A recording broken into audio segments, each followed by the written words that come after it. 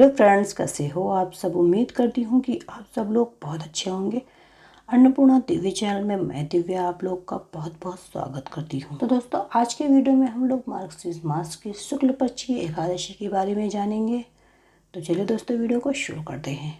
मार्गशीर्ष माह के शुक्ल पक्ष की एकादशी के दिन मोक्षदा एकादशी मनाई जाती है और इस बार ये मोक्षदा एकादशी 24 दिसंबर को पड़ेगी और इस दिन गीता जयंती भी मनाई जाएगी। मान्यता है कि मोक्षदा एकादशी के दिन भगवान विष्णु की श्रद्धा पूर्वक और विधि पूर्वक पूजन, व्रत करने और व्रत कथा सुनने से एकादशी फल का पुण्य मिलता है। एकादशी का व्रत करने से भगवान श्री हरि विष्णु की कृपा प्राप्त होती है। भगवान विष्णु प्रसन्न होकर व्यक्ति की सभी मनोकामनाएं पूरी कर देते हैं और मृत्यु के बाद मोक्ष की प्राप्ति होती है। जो लोग मोक्षदा एकादशी का व्रत रखने की सोच रहे हैं, व्रत रखने से पहले उनके नियमों के बारे में जान लेना बहुत ज़रूरी है, क्योंकि शास्त्रों के मुताबिक नियम पूर्वक व्रत न करने से व्रत का फल नहीं मिलता है। तो चलिए, आज की वीडियो में हम लोग मोक्षदा एकादशी के बारे में जानेंगे। एकादशी का व्रत अगर श्रद्धा और निष्ठा से किया जाए तो पूर्वजों को मोक्ष की प्राप्ति होती है। एकादशी का व्रत दशमी के सूर्यास्त के बाद से शुरू होकर द्वादशी के दिन हरिवासर के बाद समाप्त होता है।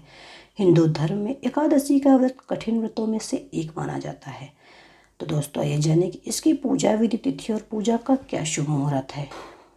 मोक्षदा एकादशी तिथि 13 दिसंबर सोमवार की रात 9:32 से प्रारंभ हो जाएगी और अगले दिन 14 दिसंबर को रात 11:35 तक रहेगी।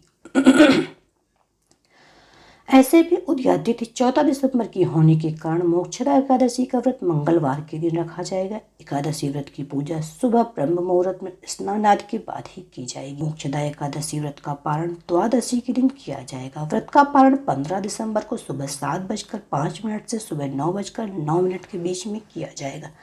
तो चलिए ये जाने कि मोक्षदा एकादशी की पूजा कैसे करें। मोक्षदा एकादशी व्रत करने से पहले दशमी तिथि से ही दोपहर के समय एक ही समय भोजन करना चाहिए। दशमी तिथि के दिन रात में भोजन नहीं करना चाहिए। एकादशी के दिन ब्रह्म मुहूर्त में उठकर स्नान करें और भगवान के सामने व्रत का संकल्प लें। इसके बाद भगवान कृष्ण के आगे दीप, धूप और नैवेद्य आदि अर्पित करते हुए विधि पूर्वक पूजा करें। इतना ही नहीं, दिन रात के समय पूजा और जागरण करें। दिन भर भगवान की आराधना करें। एकादशी के अगले दिन द्वादशी को पूजन के बाद व्रत का पारण करें। इसके बाद करीब जरूरतमंद व्यक्तियों को दान अवश्य करें। एक बार धर्मराज युधिष्ठिर कहने लगे कि भगवान, मैंने मार्गशीर्ष मास के कृष्ण पक्ष की एकादशी अर्थात उत्पन्ना एकादशी का सविस्तार वर्णन सुना है। आप कृपा करके मुझे मार्गशीर्ष माह के शुक्ल पक्ष की एकादशी के विषय में भी बताइए। इस एकादशी का क्या नाम है तथा इस व्रत का क्या विधान है, इसकी विधि क्या है और इस व्रत को करने से किस फल की प्राप्ति होती है। कृपा करके मुझे विधि पूर्वक बताइए। तो भगवान श्री कृष्ण बोले, मार्गशीर्ष माह के शुक्ल पक्ष की आने वाली इस एकादशी को मोक्षदा एकादशी कहा जाता है। यह व्रत मोक्ष देने वाला तथा चिंतामणि के समान सब कामनाएं पूर्ण करने वाला है। इससे आप अपने पूर्वजों के दुखों को खत्म कर सकते। इसका महात्म्य मैं तुमसे कहता हूँ, उसे ध्यान पूर्वक सुनो।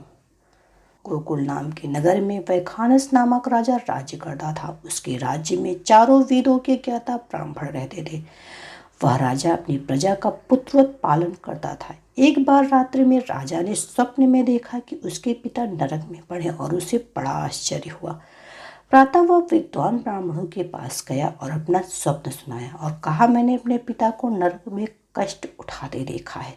उन्होंने मुझसे कहा है कि हे पुत्र, मैं नरक में पड़ा हूँ, यहाँ से तुम मुझे मुक्त कराओ। जब से मैंने ये वचन सुना तब से मैं बेचैन हूँ। चित्त में बड़ी अशांति हो रही है। मुझे इस राज्य, धन, पुत्र, स्त्री, घोड़े आदि में कुछ भी सुख प्रतीत नहीं होता है। मैं क्या करूँ। राजा ने कहा, हे ब्राह्मण देवताओं, इस दुख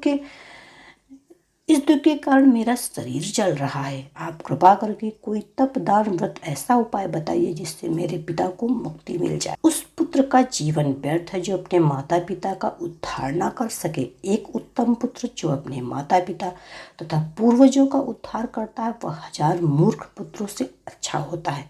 जैसे एक चंद्रमा सारे जगत में प्रकाश कर दे, परंतु हजारों तारे नहीं कर सकते। ब्राह्मणों ने कहा, हे राजन, यहाँ पास ही भूत भविष्य वर्तमान के ज्ञाता पर्वत ऋषि का आश्रम है।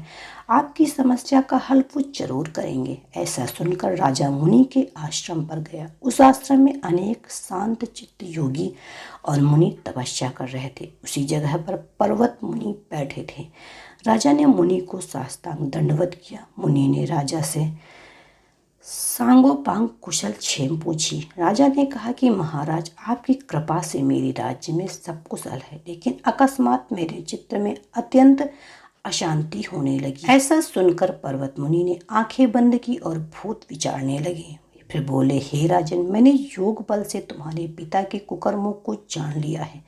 उन्होंने पूर्व जन्म में कामातुर होकर एक पत्नी को रति दी, किंतु सौत के कहने पर दूसरी पत्नी को ऋतुदान मांगने पर भी नहीं दिया। उसी पाप कर्म के कारण तुम्हारे पिता को नरक में जाना पड़ा। तब राजा ने कहा, इसका कोई उपाय बताइए। मुनि बोले, हे राजन, आप मार्गशीर्ष एकादशी का उपवास करें और उस उपवास के पुण्य को अपने पिता को संकल्प दें। इसके प्रभाव से आपके पिता को अवश्य ही नरक से मुक्ति मिल जाएगी। मुनि के ये वचन सुनकर राजा महल में आए और मुनि के कहे अनुसार कुटुंब सहित मोक्षदा एकादशी का व्रत किया। इसके उपवास का पुण्य उसने पिता को अर्पण कर दिया। इसके प्रभाव से उसके पिता को मुक्ति मिल गई और स्वर्ग में जाते हुए पुत्र से कहने लगे, हे पुत्र, तेरा कल्याण हो। यह कहकर स्वर्ग चले। मार्गशीर्ष मास की शुक्ल पक्ष की मोक्षदा एकादशी का जो व्रत करते हैं, उनके समस्त पाप नष्ट हो जाते हैं। इस व्रत से बढ़कर मोक्ष देने वाला और कोई भी व्रत नहीं है। इस दिन गीता जयंती भी मनाई जाती है। साथ ही साथ यह धनुर्मास की एकादशी भी कहलाती है। अतः इस एकादशी का महत्व और कई गुना भी बढ़ जाता है। इस दिन से गीता पाठ का अनुष्ठान प्रारंभ करना चाहिए और प्रतिदिन थोड़ी देर गीता अवश्य पढ़नी चाहिए। तो दोस्तों, ये थी मार्गशीर्ष मास के शुक्ल पक्ष की मोक्षदा एकादशी की व्रत कथा के बारे में। तो उम्मीद है कि आपको ये वीडियो पसंद आया होगा। वीडियो पसंद आए तो वीडियो को लाइक, चैनल पे पहली बार विजिट कर रहे हैं तो मेरे अन्नपूर्णा देवी चैनल को सब्सक्राइब करें तथा बेल आइकन को जरूर प्रेस करें ताकि आने वाली वीडियोस की लेटेस्ट अपडेट सबसे पहले आपके पास पहुंचे। तो मिलते हैं एक नए वीडियो में कुछ नया लेके। तब तक के लिए bye bye. Subscribe now and press the bell icon. Never miss an update.